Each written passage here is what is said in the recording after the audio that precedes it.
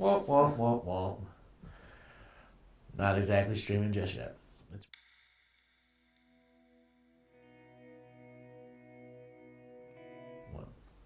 Welcome, welcome, welcome everyone to Adventure into Reality. Mwah!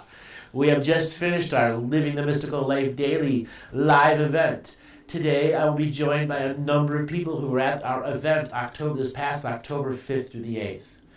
It was a victory and a challenge and a challenging victory to be on the stage, the culmination of a whole year's worth of work that has brought us to Living the Mystical Life Daily. We're going to be continuing our Living the Mystical Life Daily webcasts, as next year there will be another Living the Mystical Life Daily live event, a culmination of the year's practice of those who are ready to take on the next process. Today I'm joined first by David Wood. You run the Friends of Andrew Bartz's process. How was your experience at the show, David? Yeah, it was really amazing to hear the stories of people who didn't even know they were going to be there until a week or two before, didn't have the funds. I was in the same position, all these obstacles coming away, and it all got out of the way, and I was able to make it there. Outstanding. So what was you were at the first event last year also. What was the change that you saw from last year to this year? The first year there was a handful of people that had actually done the rotations and done the work. This time there was a ton of people that had done it. The questions that were getting answered were on a whole different level, and the whole energy was much, much higher. Outstanding. So from your experiences, what was it that you found valuable lessons that you learned? Well, I know when I've had some experience doing the different meditations, Arc of the Matriarchs, right? Yeah. And had an amazing experience after doing that. And now I know I got the tools, and I'm just going to do the practical application of the teachings. And then after the event, you went to the Grove of the Matriarchs also.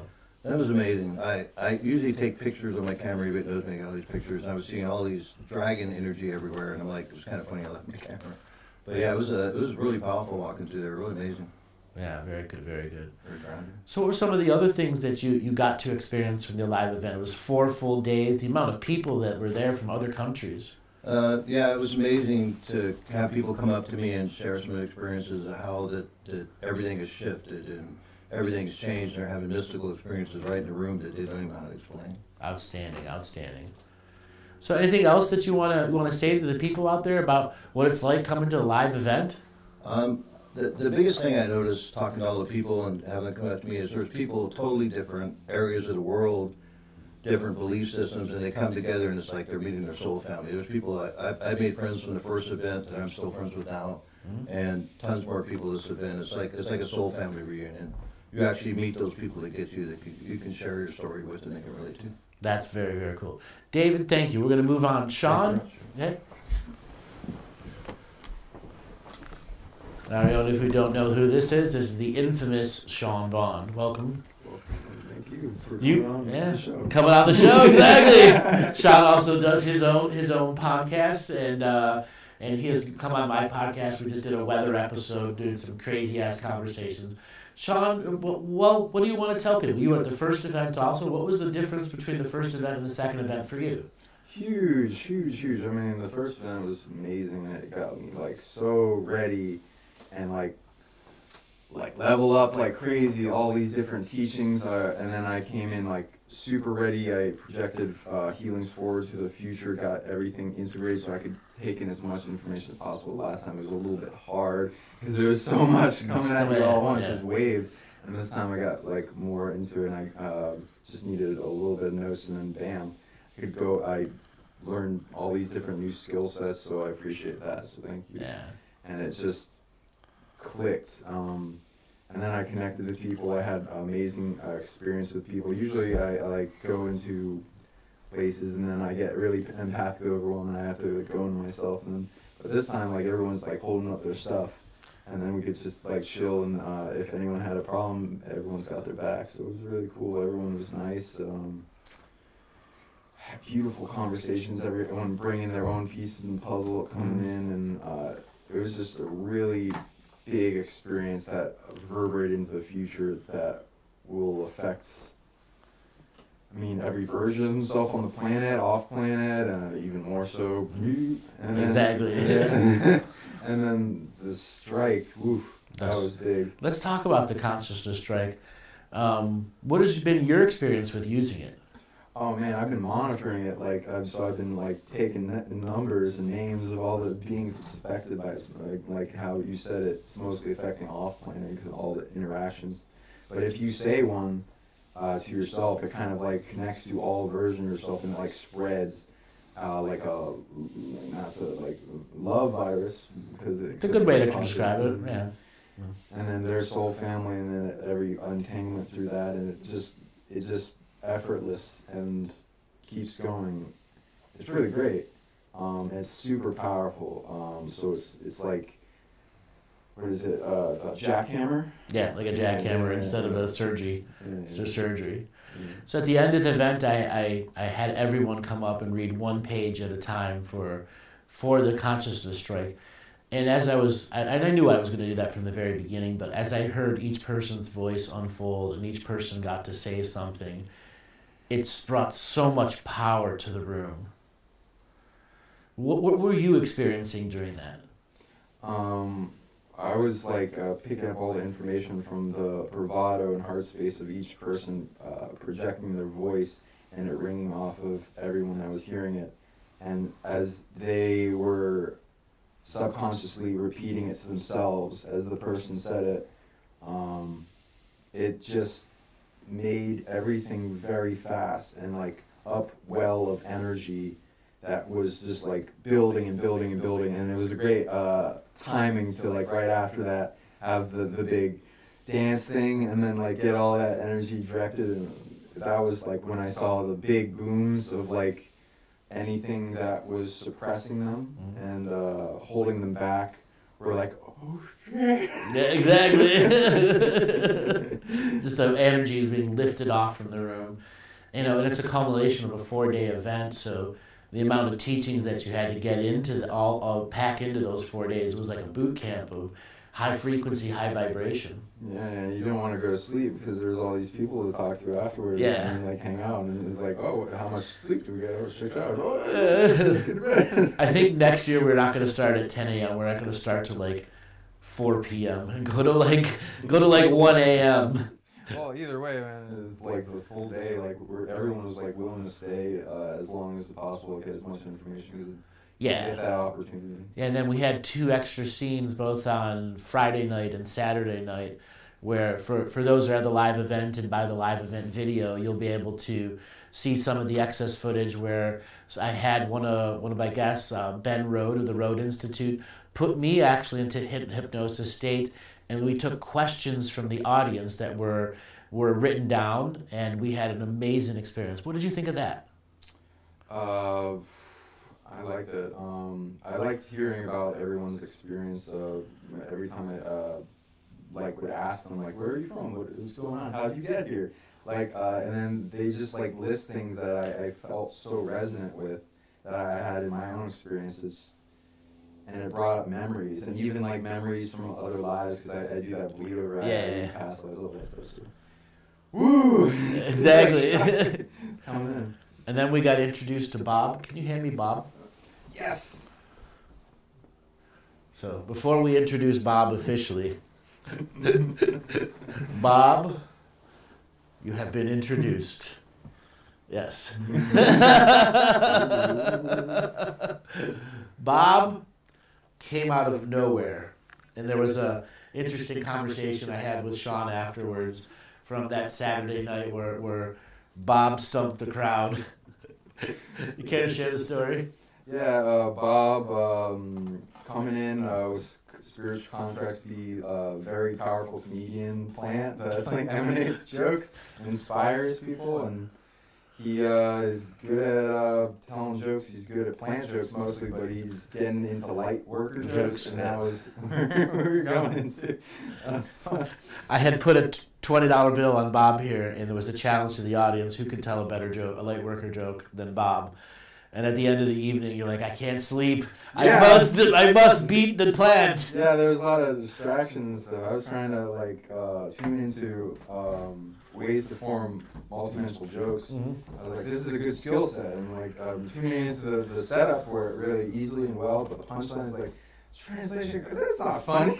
Exactly. Come on, give me more. I was just up all night, like trying to take away the champion belt from the plant. But, you know, he's so And then Bob was on the round table at the end with everyone else. So Bob was officially our 5th guest at Living the Mystical Life Daily. Yeah. So next year, Bob's going to have a whole troop of other people. We may have a plant-only moment. Get his plant entourage. His plantourage.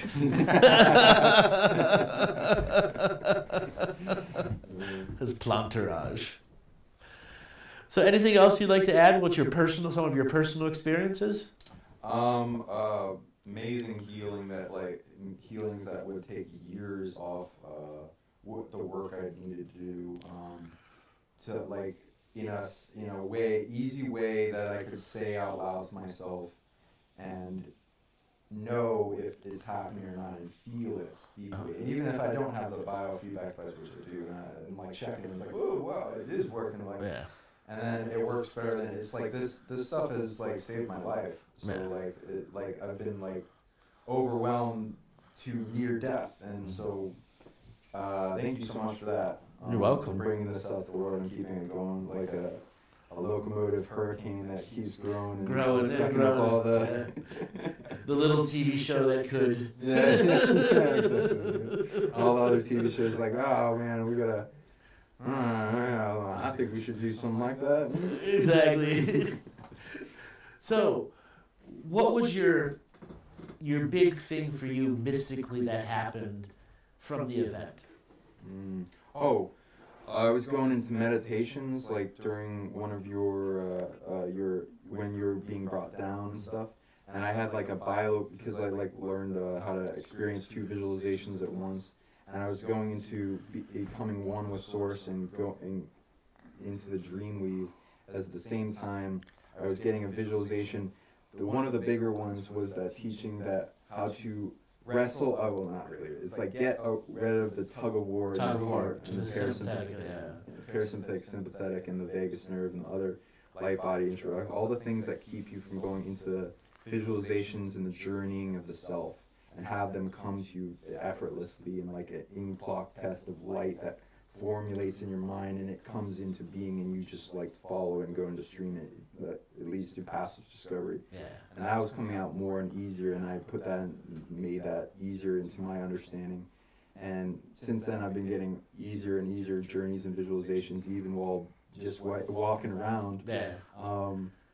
And like during that, I had like this dragon show up to me, and it was like, "Hey, let down his wings, like get on top, go for a ride." Yeah. And we were ride like, the dragon. Yeah. We were like doing all these ducks and rolls, and it took me to all through this journey that kind of like made me go deeper into trance. It was really cool, and it was like this inner earth place that had like this pyramid and this orb that I was like, "Hey, you bilocate here."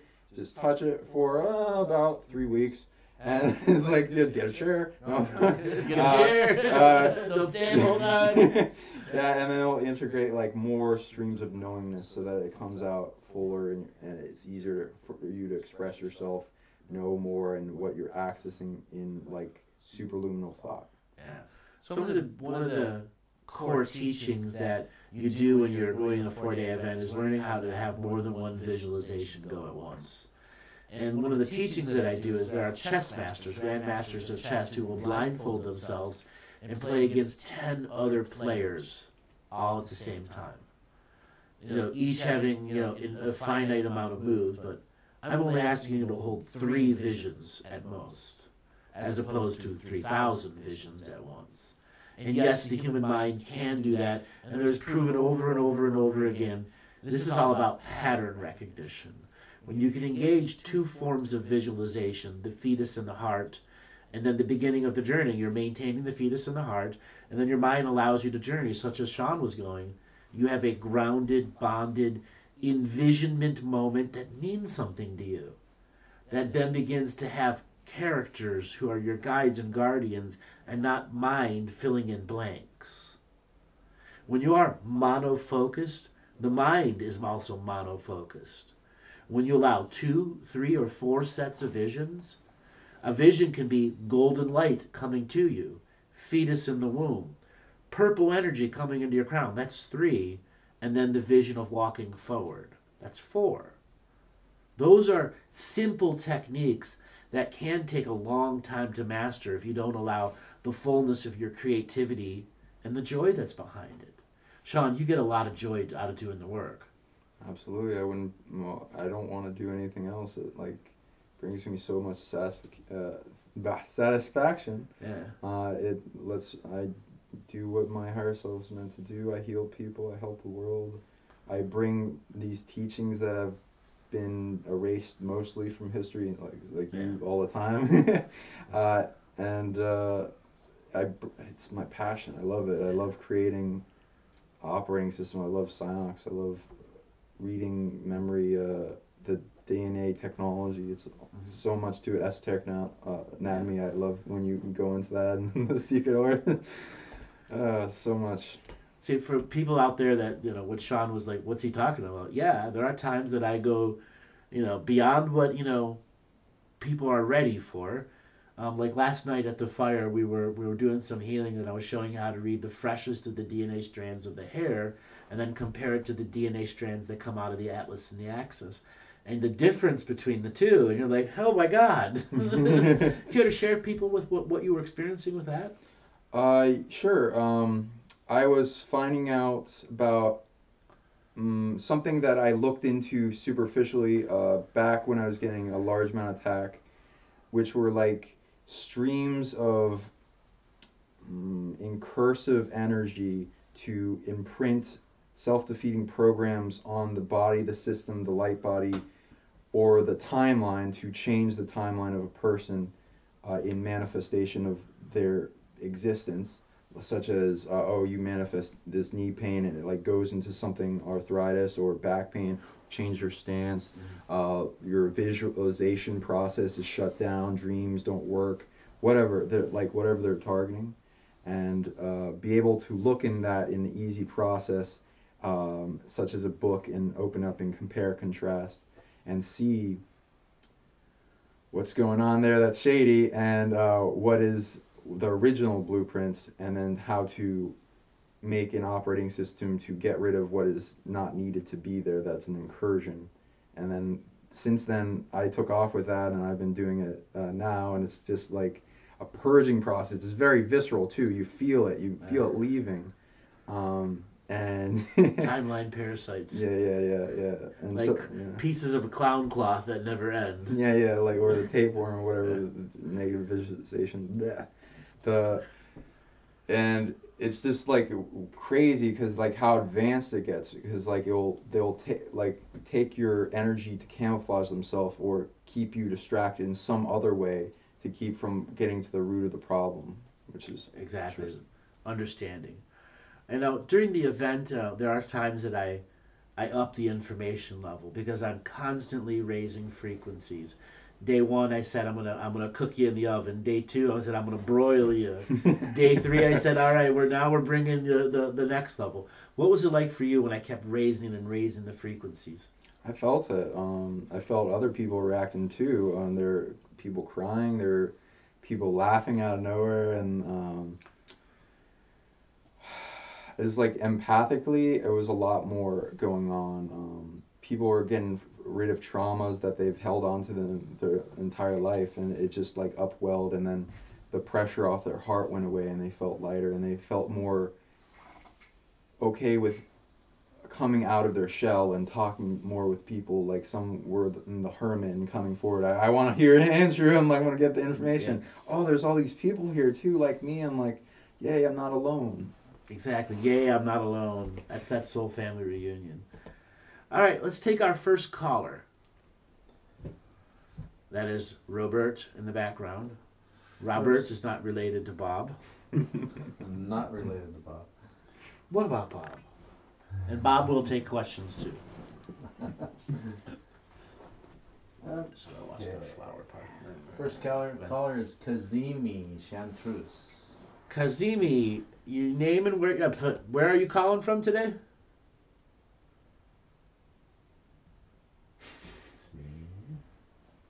Hello? Hello, Kazimi. Where are you calling from today? Portland. How you doing today?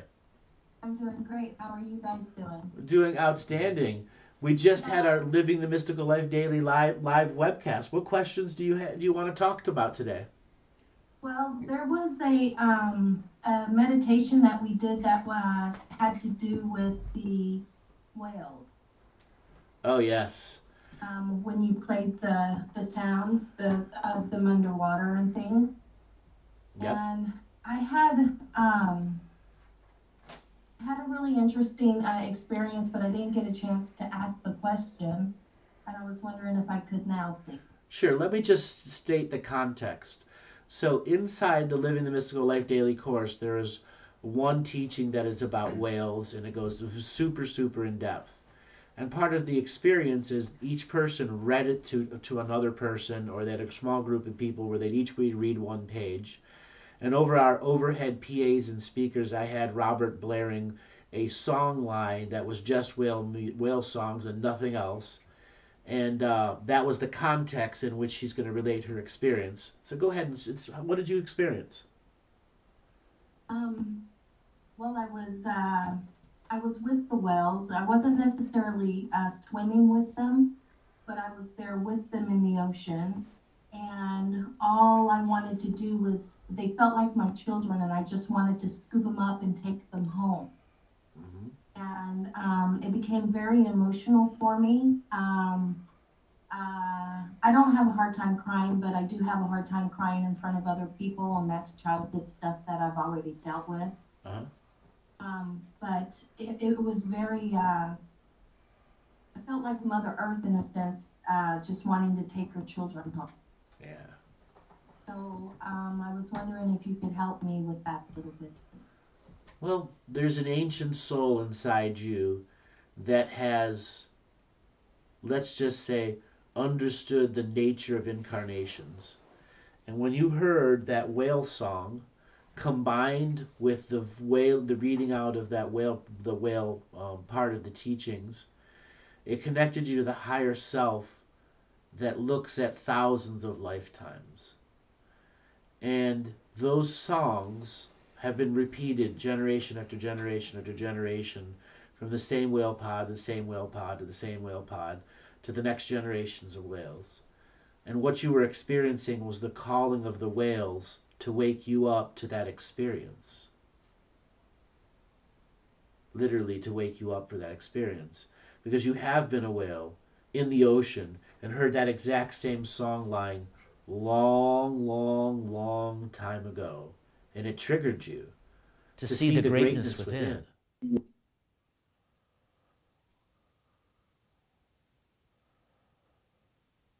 Are you there? I am here. Okay. My whole body is just a huge goosebump. Yeah, the one big goosebump. Yeah.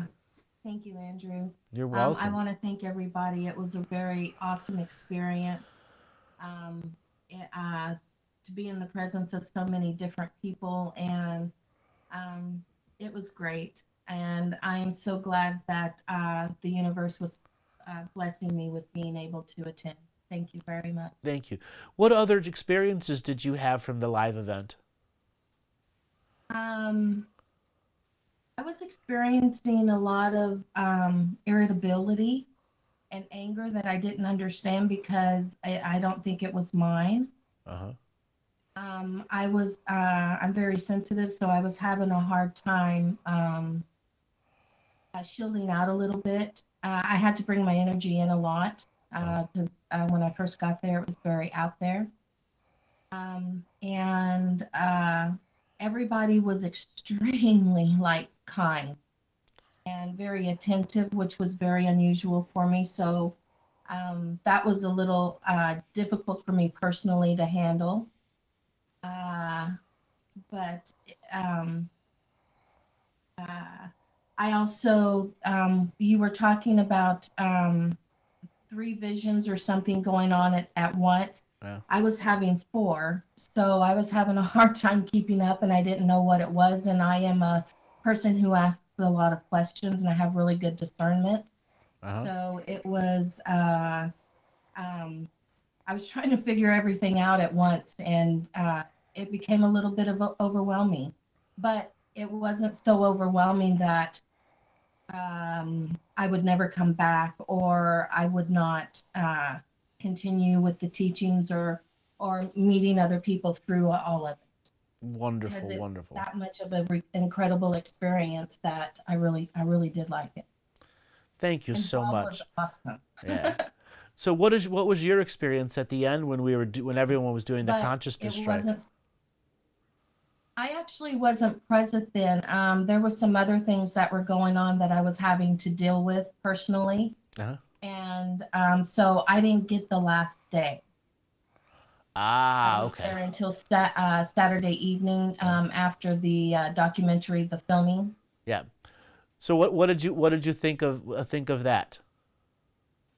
I thought it was excellent. I really wanted to stay and see how the inner workings were going on with the sound and the cameras, because I'm really interested in that kind of thing, and how the setup was. And I got to see behind the scenes and all of that. So it was like top rate for me. Excellent. Yeah, one of the things that I wanted to bring for Living the Mystical Life Daily was I have documentary filmmakers that come to all my live events and film in front scenes and behind scenes, and I wanted to be able to people to see what it takes to put on this show, not only just the 156 shows a year that I do, but the live events, the culmination of it, and to have the documentary filmmakers there plus the live audience was just splendid for me.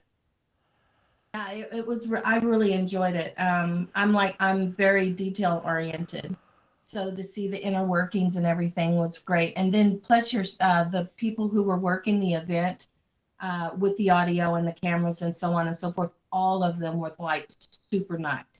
Yeah. And if you asked a question, they were willing to answer and what have you. It was just a really phenomenal event. Well, thank you. So is there anything else that you'd like to add today?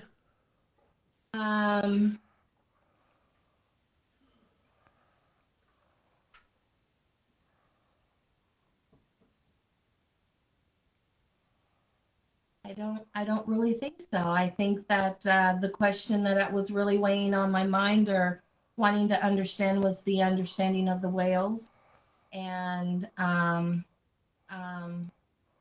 of the things that I'm interested in is really kind of deep and heavy, and I don't think it's an appropriate forum for that. Well, thank you so And much. I just really, yes, I do. Could you explain when you speak of, I've missed it somewhere, stepping on others' destinies? Journeys. Destiny? Other people's journeys. Journeys, yes, sir. So stepping on another's journey is a fine line between your free will and stopping someone from having their natural organic free will. Stepping on a journey can be telling a person a lie that puts them into deep fear for whole long periods of time. Stepping on the journey can be you cutting somebody off in traffic and that person gets in an accident and is injured. A variety of things. Stepping on a journey can be taking revenge on someone else who has done something to you, falling victim to your own self issues. Stepping on a journey comes in many, many, many forms.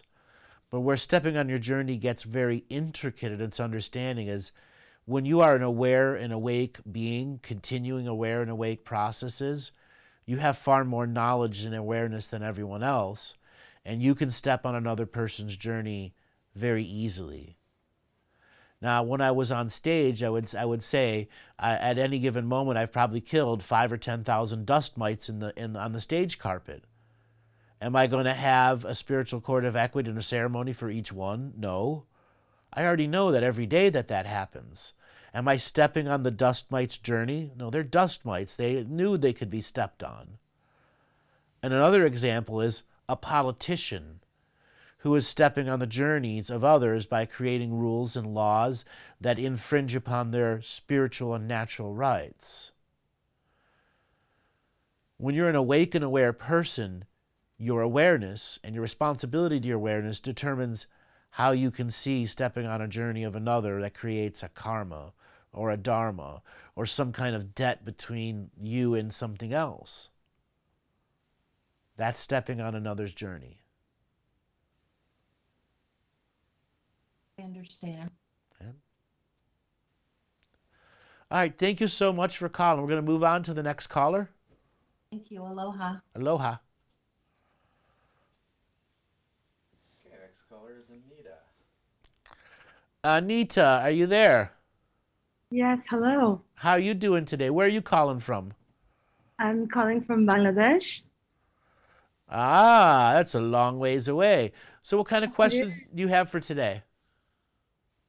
Well, I was wondering if I could get a reading, but I'm not sure if this is the right platform for that. No, I just joined in recently, so I'm not sure how the rules go. No, that's not the right platform. So Okay. next Tuesday's show will be that for Colin. Okay, great. Well, I do have some questions about dreams and outer body experiences, and what is the difference? Big difference. An out-of-body experience is you bonded with the dreaming body, having a uniquely time or non-time based experience. And a dream is something that is occupying a specific place in space-time in the aurora borealis of the north or south pole of this world. So they can be perceived similar, but they're two different forms of perception. And perception that stores in memory is vastly different. Out-of-body experiences sometimes have cords attached to them and sometimes don't, based off of whatever it is that you believe. And there are other versions of out-of-body experiences where you're just an ethereal form, an awareness floating through space-time with no body. So those unique experiences have their own way of being stored into mind, body, and spirit as memories. True out-of-body experiences are full superluminal thinking, where there is no restriction unto the creations of instantaneous memories. Dreams require a delta state and a delta chemical response in the body to create sleep paralysis so that you can go to a dream world in a simultaneous existence, bilocated existence, trilocated existence, septuple located existence, to have a simultaneous septuple experience or whatever uples experiences you're meant to have. So the dream, separate than the out-of-body, is a master hydra of all these different experiences that add up to one master memory-based experience that's a dream that may or may not be aware of the I am when you wake up. Because dreams resolve great, great volumes of energy. Okay. All right, so thanks a lot for calling. I just have one more question about outer body experiences. Okay. So I've been finding myself sort of dreaming a lot, vivid dreams at least recently, and also having what I think are outer body experiences, but I just wanted to ask you what you thought. You know, I sort of feel like a magnetic field over me and I start vibrating, or my light body starts vibrating. I don't know if I'm vibrating myself. And then I feel like I sort of levitate. And then recently I've been sort of spinning and turning. And then I end up either experiencing a different kind of place, or I see visions, I see things. What is that about? That's actually all of the experiences happening at once, and your body can't figure out which one to use. Okay. I run into this all the time for people who are trying to too much control their experience. Okay. So you got to pick one. You can't have them all at once. You can't have all the cakes and the pies, eat it too, and remember it. Yeah. Okay, so if I pick one, you meaning intention, when I say, I set my intention that I would like to go to the dream world, or I usually don't intend to have an outer body experience. No, there's some part of you that is seeking and craving the mystical experience that's doing this.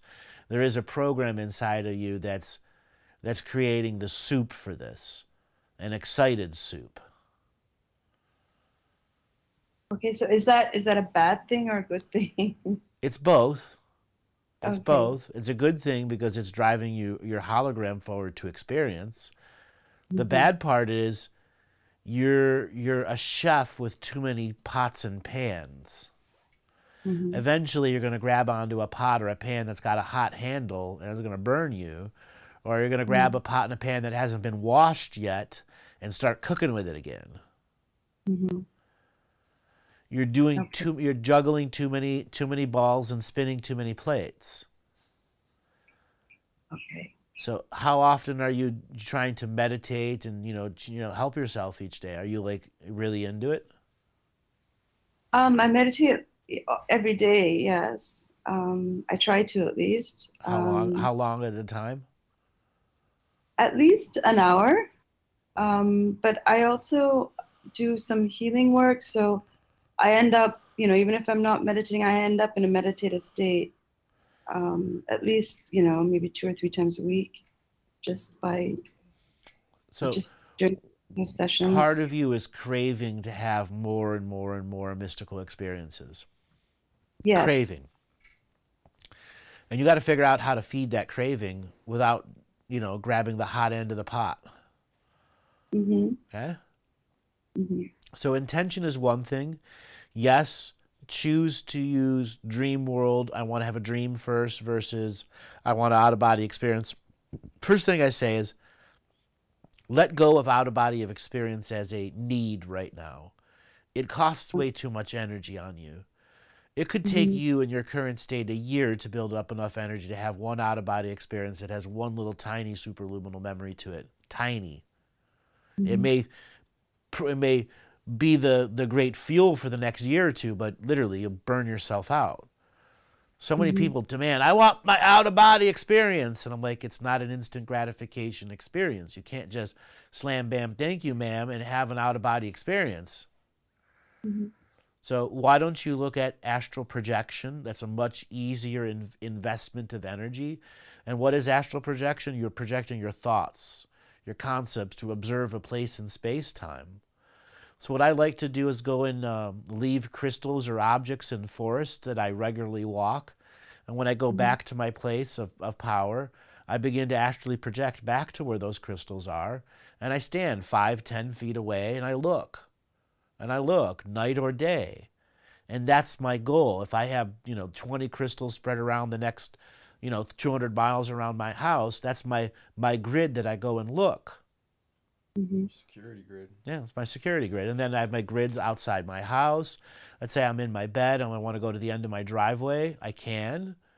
That's something you've got to figure out for your own individual strategy. And then when it comes to dreaming itself, well, this is where you've got to create some form of ceremony and ritual to engage the dreaming body so that when you get into the car, because the dreaming body is like a car. You open the door, you get inside, and you have superluminal travel available to you and all this data input that's coming to you, and you can simultaneously exist, not just in that car. Okay? So what you really need is a dream experience you can remember. Have you gotten the advanced heart meditation? Yes, I just did actually. But I think I listened to it a day or two ago, and then I fell asleep while I was listening to it. That's actually a good thing. And then I actually had a dream of you, I think. This was 2 nights ago, where you were helping my family and I piece together some kind of puzzle. I don't remember exactly what it was, but that was, and I've been dreaming a lot lately. So one of them was about, where you were helping us piece a puzzle together. And the night before I had a dream of what I call an outer body experience. Like I'm not sure if I'm referring to something else, but I just don't know the terminology. But it's sort of when I have these vibrations and convulsions and breathing patterns. And so I was having one of those in the back of the car, and I kind of felt a little bit scared and anxious. And Yeah, and I've been having other experiences where I go into a vortex, and this is not a dream because, I know I'm having this experience, and I end up somewhere.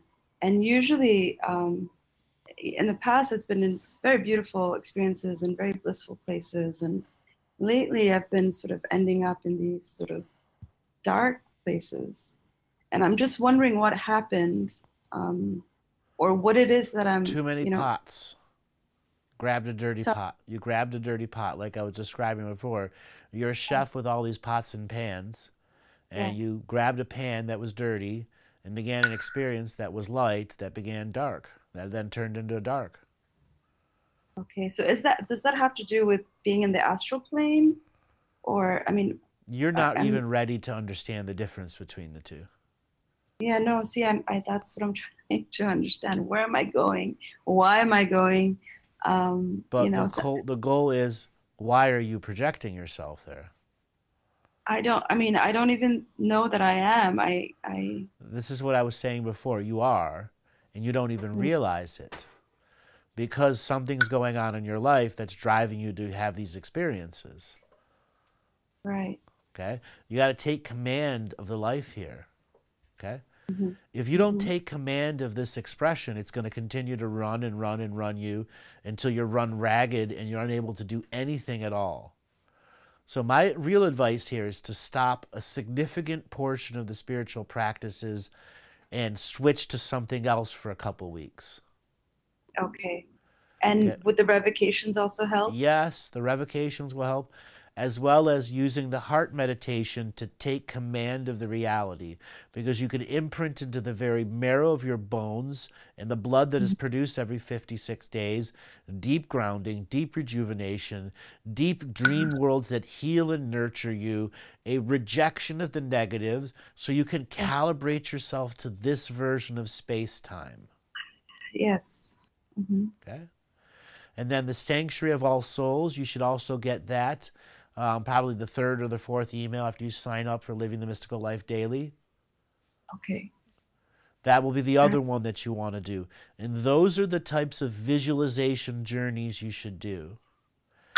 Okay. And if you sign up for the course, the 6-week course, you'll get other vision journeys to take, such as what Sean was talking about before, how to hold 2 visions.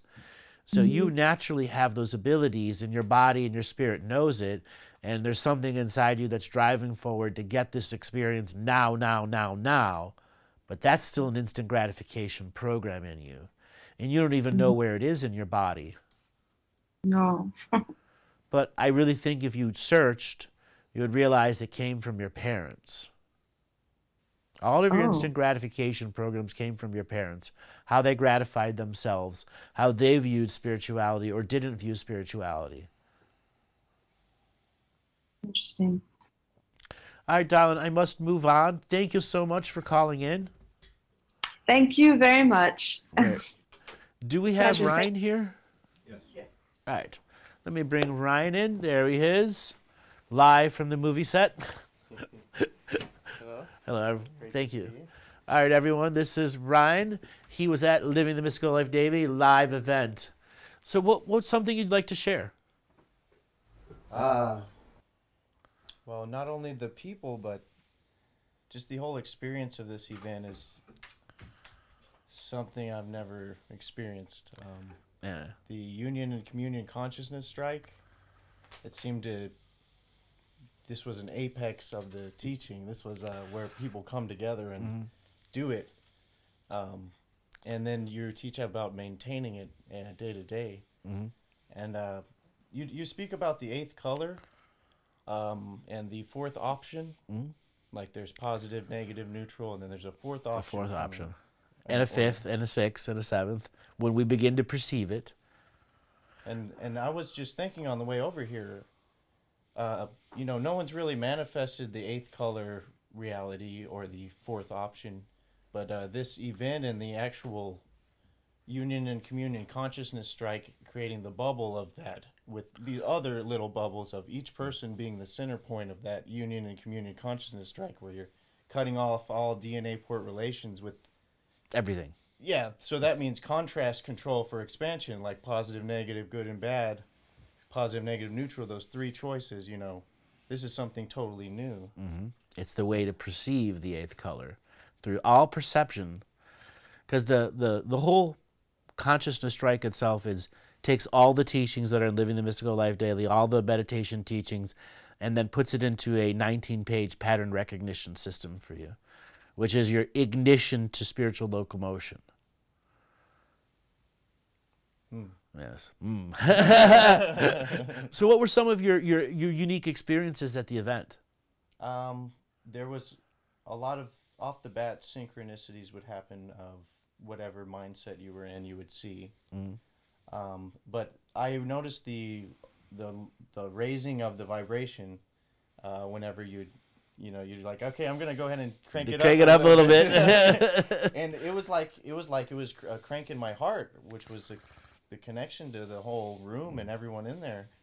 And there would just be like, okay, we're already at a high energy level, and then it's just like the water kind of raised, or the vibration just raised, where people were having these things coming up, and they would have these side tangents of, I have to go, this thing's happening, this thing's happening, and then they'd clear it out of the way, and then they'd so the actual raising of the vibration, how that felt was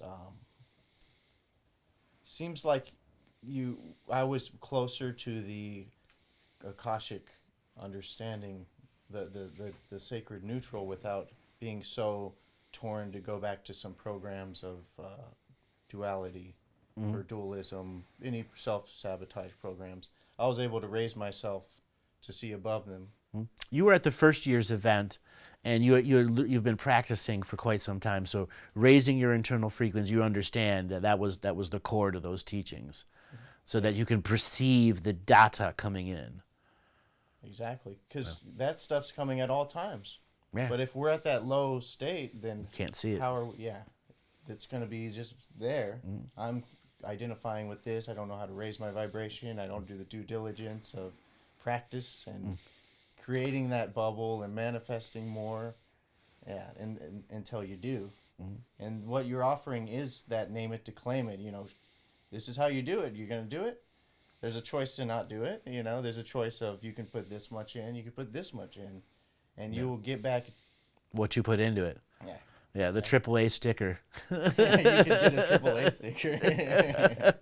That was one of the jokes I had. For those who want to go for the sticker, the A+ and the scratch and stiff sticker, you'll do XX and X during the process. And there was a lot of jokes that were made of that. And I believe we came up with the term GHD. Yeah, the GHD. Some people had a GHD. Yeah, that have put the time, effort, and energy into understanding the techniques. So these new techniques compared to last year, how would you like to what would you like to say about them? I also noticed the animal teachings interlinked as well, which is very strong for me too. The connection to the animals, and when you were doing that whale song. You were passing the mic while people were reading this revocation connection with whales. Yeah. And it was people doing their own whale song. And then they do their own whale song. Their own whale song. Yep. You caught the pattern. And as well as the animal teachings and things like that, this one, it's clear-cut, kind of lays it out to where it's a practical way for you to release layers that were fraud. Yeah, fraud layers. Yeah. That I was using to hold myself back. Like the spider teachings, learning how to walk the webs in the auditing your dream weave. Yeah, and then the shaman's death and the greater experience on it. Yes, you have to die. Yes. You have to shed the skins and not adorn them again once you shed them. If they no longer serve you. Yes. Otherwise, you are just a flesh wearer of something else. I identify with this flesh. So yes. I liked how I looked at that time. I can't let it go. But the shaman's death is the teaching of the now. Like how you say. Exactly. So, of the 4-day event compared to the 2-day event from the year before, what would you add to that? this was the first one. You could say this one had a lot more context, but this had a whole rift, a whole different multidimensional rift that was just endless potential. You were here creating the unlimited point of view and giving it out there so that you can emanate that unlimited point of view in your own signature frequency. In a pop-up bubble dimension inside a hotel in Seattle. Yes. It was a challenge. There's like a medical conference across the hall, or military.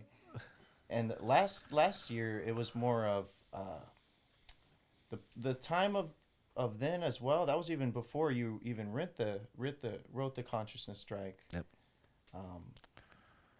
That one was more of accessing the mystical, that it is there at all times, that I do have things that are fried that I can let go of through these teachings as well.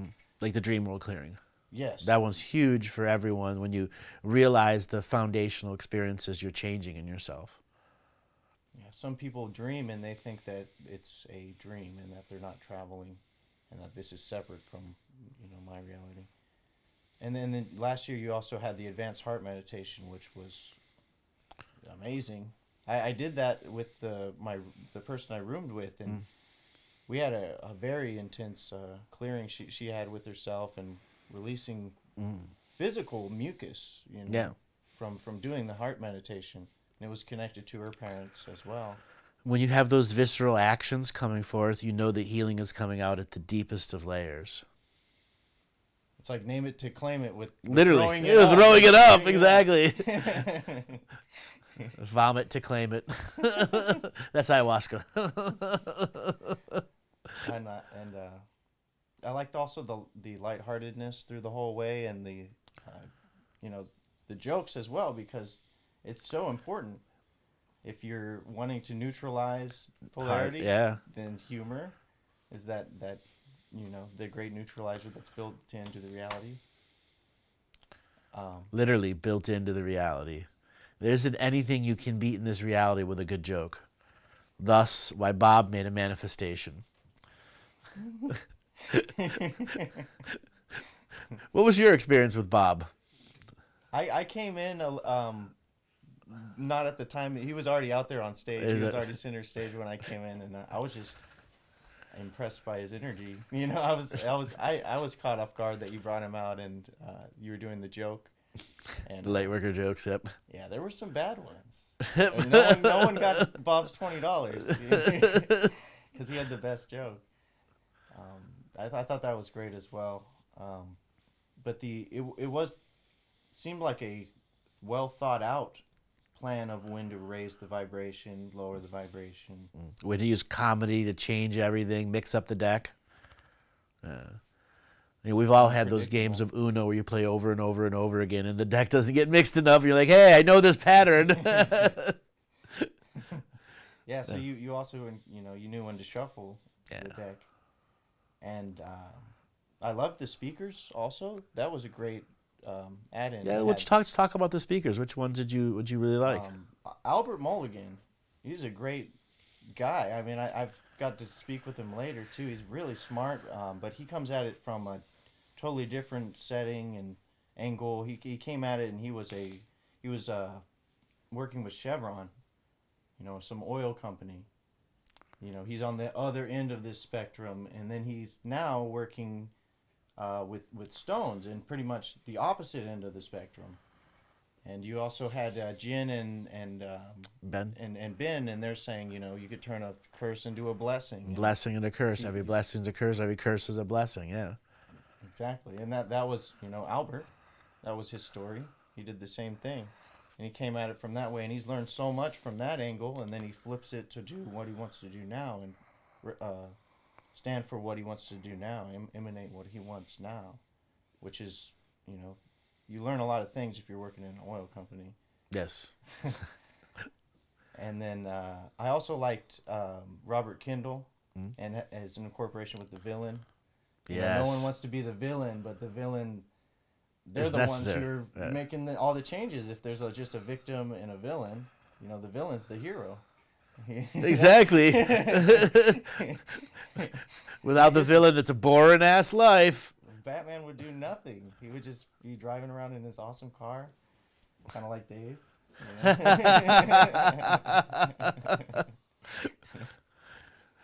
But yeah, those and there was a great timing when they came in too, and then yeah, everything seemed planned out in a random way too, that worked perfectly. Great Everything flow. was by design chaos. Why? Because I'm raising your frequency so your precognitive selves can't determine what frequency I'm going to do next. It's mixing the deck every time. So when I bring Albert out the first day, it's to set up something that is your energy, because when I get back on stage, I'm going to give you a different frequency. When you have Robert Kendall on, who's bringing pragmatism and the villain and all of his personal story into business, you know, because a lot of people in the community, they run businesses, but they don't have any business skills, or they want to be spiritual with all these business skills, or they want to be, they're super spiritual people with zero business skills, okay? Zero life skills at that too. And then when you bring Ben and Jen Rode in, you have all of these different formats where what is the biggest failure for light workers? Relationships, business. Okay, that's exactly why all of those speakers were on the stage. The most major issues: relationships, business, and I want crystals. Okay, that's the light worker fetish industry. So having those people on there really made a big difference for people processing. It wasn't chewing on my high frequency 1,000 gram protein, power bar the whole time. Got a little bit of mashed potato, a little bit of potato salad instead of the big protein bar. Yeah, and that was great. You know, it's a lot easier to digest overall. Yeah. So anything else you'd like to add for everyone? This union and communion consciousness strike changed my whole life since I began putting myself into it. But so has the revocations and a lot of all the work that you're putting out. If you put yourself into it, you can be Andrew. I mean, you can do what you're doing. That's what I say. Anyone can do what I can do. Time, effort, and energy. How did you begin with the revocations? How did you come across all the teachings? Well, in 2013, I was working at a call center job, and I'm not sure what happened, but at one point I just found a video that says Hollow Earth filmed, you know, and it was just supposed to be from the Russian spaceship into Hollow Earth, and just something triggered in me seeing that the Earth is hollow, you know, even if it's just the concept, and then I'm looking at that hole and it's like, it looks legit and stuff. So I just went on the internet and started researching different things, finding, you know, Olaf Jensen, all these different stories about it. And then I came across your teaching, and I watched, I think it was like part 3 of the interview with Lance White. And I just had to watch that. The whole thing. Yeah, and I had to watch that same one over and over and over a few times. And then I quit my job, honestly. I was done with my job. And I watched them all. And I had been following you throughout you with New Earth Nation and the, you know, Rod Class and Sovereignty. You mean the whole gambit, yeah. Yeah. Yeah. And it's the whole time I've been here with you, and I've been expanding too in my own process. And, you know, and there's times that, you know, I wouldn't be listening to you, you know. Yeah. But still, these teachings they're in no time, and they ring through no time, you know, all the time. So you can go back to them. In no time. To no time. Yeah, exactly. It's how you do that deprogramming and derooting of that fraud that we consented to create. And that's for that cosmic ascension machine that's balancing out of the karma that we all agreed to partake in and come here and do. And you're like, I see it, and here's some ways to help out. You know? Exactly. Here's a way to perceive, understand, so when you do take an action, that it doesn't have a reaction from a system that says you can take no action. That's the big advantage of the consciousness strike. Doing an action that has no consequence or reaction from a system that doesn't want you in action. Once you start cutting the cords to the system, saying 0x energy exchange in any place that I simultaneously exist, you have its attention, because it can only do it if you approve it in any way, shape, or form. And when you start eliminating all of the common and uncommon and rare and super rare ways that it entangles with you, until there's nothing literally here other than the fact that we share roads and cars, okay? They can't function in your life if you don't allow them in. Okay? And it's all based on perception. How would you say your perception has changed from the call center days to today? Would you give it a change in percentage? Thousands? Oh, yes. Yeah, that I've done many sheddings since then, and I'm nothing like that person I was then. Mm-hmm. I have turned up all my dials, and then got to a point where I had to look at myself. Mm-hmm. And I had to look at what I was still holding on to, holding myself back. You know, I've had to shed the tears because that's part of the process. Important. Yeah. It's powerful. Yeah, you had to write the chronicles of who you were, who you are, who you're going to be. Yeah, and you saying, you know, if you're not journaling, you're faking it. That, you know, I'm like, that hits me. Yeah. You know, I don't want to fake it. Right. I don't want to fake it for myself. Right. So how was the challenge for journaling for you? It still was hard. It's still hard, honestly. I still say I don't write enough as I want to be writing, but I still, what is enough writing for you? At least some creation every day. Be able to free flow it whenever it comes, and also make sure I write stuff down whenever I have a experience. Right. So for those out there who have also been greatly affected by, if you're not chronicling, you're faking it, minimum D- at the teacher score level is just writing stuff down as it goes. You want to go for the A+ and the sticker, you got to start doing what Ryan was saying. Get enough skill set built inside you so if you write one paragraph a day that it's pure flow and you like it. Without repetition. Sometimes, you need to use repetition of writing to create new frequencies. And that's what the contract revocations do, is you begin to repeat, aha, aha. Layer upon layer upon layer of yourself is revealed, as well as the technique of the revocation. And you can use the technique. Yes, as the revocation itself. That's the uniqueness of the system. We're in this out loud, name it to claim it process. What would you like to add about the out loud, name it to claim it process, how you use it and how you've adapted to it? Well, one of the biggest, when I put my foot in the door, one of the biggest things happening was when I was reading the contract revocation for the sacred feminine. And then I would just get to points where I would just bawl in tears. Yeah. Whole face, like I am good enough. That part hit me a lot hard, and it would be, anytime I would read it, it would spark the tears. And I created I would record them and then listen to them later, and then it's kind of like it gets it second nature, to where I can like recite them without even thinking about it, and I can also change them up easily once I have the free flow of the teachings signature, like what it's representing. Yeah. And it's great to do free flow. Absolutely great to do free flow. When you get into that free flow state, you're allowing left brain and right brain to work together. Creativity with the repetition's potency behind it. It's like, no, say this. Yeah. No, don't say that. Yeah. And then you're just like, okay. You get to a point where they're like saying the same thing, and they're like, okay, we can say this now. That's why I begin a lot of them with I in the ever-present moment of now. Choose to form a spiritual chord, multidimensional spiritual chord of equity for XX, XX, XX, XX, and X reasons. And then from there, it's flow. Flow for what? Familiarity with the context of the material. As I was saying, in the beginning of the show, context is everything. Without context, how can you understand the reality?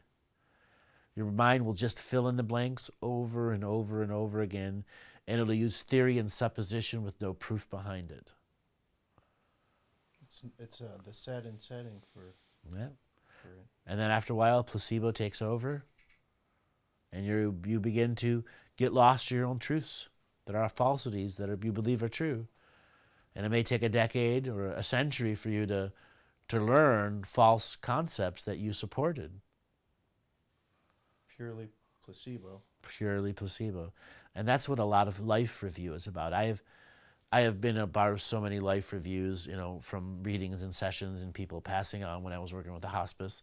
But life review is to understand what was placebo and what was really you.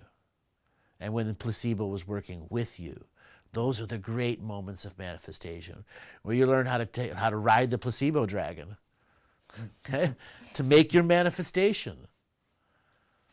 And that's what I see living the mystical life daily from a mechanical point of view, is learning how to ride that placebo dragon with the real dragon inside you to hypercreate and outcreate the system that's around you that is still operating at 19.6 baud download rate, and we're at 50 terahertz upload.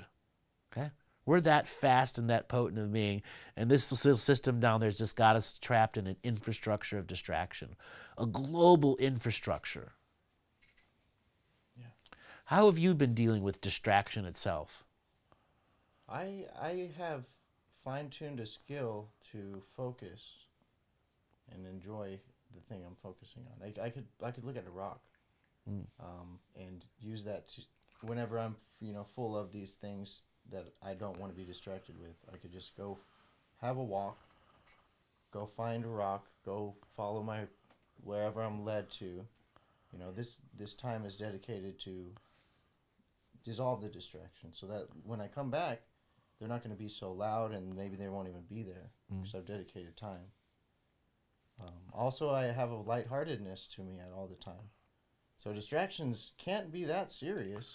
If nothing in my life can be dead serious. But at one point, they were dead serious. Yes. And the detoxification from that was the hard part. And that's where the revocations really helped. Yeah. Yeah, Exactly. Getting yourself off the nipple of distraction. Got to have the iPhone. Got to go to the first showing of the Avengers. Got to do this. Got to do that. Got to have a 21st birthday party where you get drunk. Got to have this. Got to have that. Gotta. And never understand what your needs are. And that's that. Also, the imbalance in both parasympathetic, sympathetic. Exactly. Non-reaction. Yeah. How there's the tug of war between the sympathetic and the parasympathetic. And how after a while the parasympathetic becomes the bully and beats up the sympathetic with emotions. And the sympathetic's like, me, I can't do nothing. And then the parasympathetic, rah, I own the body now. Okay? Or the other way around, the sympathetic dumps so much emotion on the parasympathetic, it's like the parasympathetic can only operate in the dream world. And that's where shadow appears. Where yourselves are so diametrically opposed that you don't realize you have two diametrically opposed forces and points of view and ideologies that are programs in your system that when you're unaware are doing things in your unawareness. So it's like a precognitive battle between the two sides, yeah. And after a while, that's what makes the perfect ground for entities to be present. Because they're like, the soul will never know if I step in and pretend to be the parasympathetic or sympathetic and change the tug of war, and one day one wins when it's not supposed to. And where were you? Exactly. And where were you? Yeah, you were out daydreaming. Shadow, Yeah, exactly. You left the entity some space. Yeah, you were out daydreaming and allowing the world to run it for you. Which is exactly what we strike with. Exactly. The world running it, our world for us. Right. And we don't want to have a world of awake people ruling sleeping people who are awake, telling us that we're asleep when we're awake, and turning the world upside down and inside out and changing the reality and the reality rules without telling us. That's deception for deception's sake. We can no longer allow ourselves to be deceived by public consciousness, or that what I call the global infrastructure of news and media that ultimately is the global narrative that we all accept. You know, you've heard me say over and over again, nothing is happening tomorrow, the next day, the next day, the next day. The RV's not coming. The aliens ain't happening. Gold isn't going to drop. The stock market's not going to crash, so on and so forth. Why? Nothing changes the global narrative of belief other than earthquakes and hurricanes. Okay? So to have a man-made viral event of consciousness, you need a disaster around it. And this is why they like to promote disasters, to create fear and harvest energy. Yeah, exactly. At those certain times of those spikes in the consciousness. That's right. Then they go, all right, we got to get the milking cows out. And you're all the cows. Okay? And they come by your house or your dream worlds and milk you dry until the next big consciousness spike. As the gunshot in the background. Neighborhood talking. System's mad. All right, everyone. I want to thank you all for watching the show. I want to thank all the guests that came here. We're going to be coming back this Tuesday for a live call-in show. And then this coming Thursday, we'll be having a Living the Mystical Life Daily live webcast where we'll be continuing the teachings for Living the Mystical Life Daily. We will be having another event next year, the first week in October. Also, we're going to be talking about a special retreat that's coming up that is scheduled for June 2018, where you'll be able to experience a hyperbaric chamber, a flotation tank, a pulsed electromagnetic therapy mat, as well as having multiple cranial sacral and massages as part of this in-depth use of the material to trigger mystical experiences in people. I'll be talking more about that at the Living the Mystical Life Daily webcast.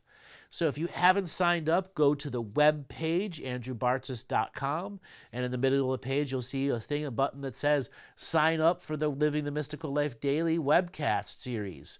There you'll get a series of emails that give you the Advanced Heart Meditation, the Sanctuary for All Souls, and the Shaman's Death.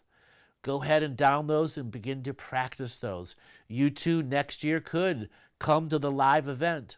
For those of you who have been practicing, we've got some new special teachings coming to you that are going to expand the consciousness strike to a whole new level of implementation into this matrix. Thanks a lot, everyone, for being here.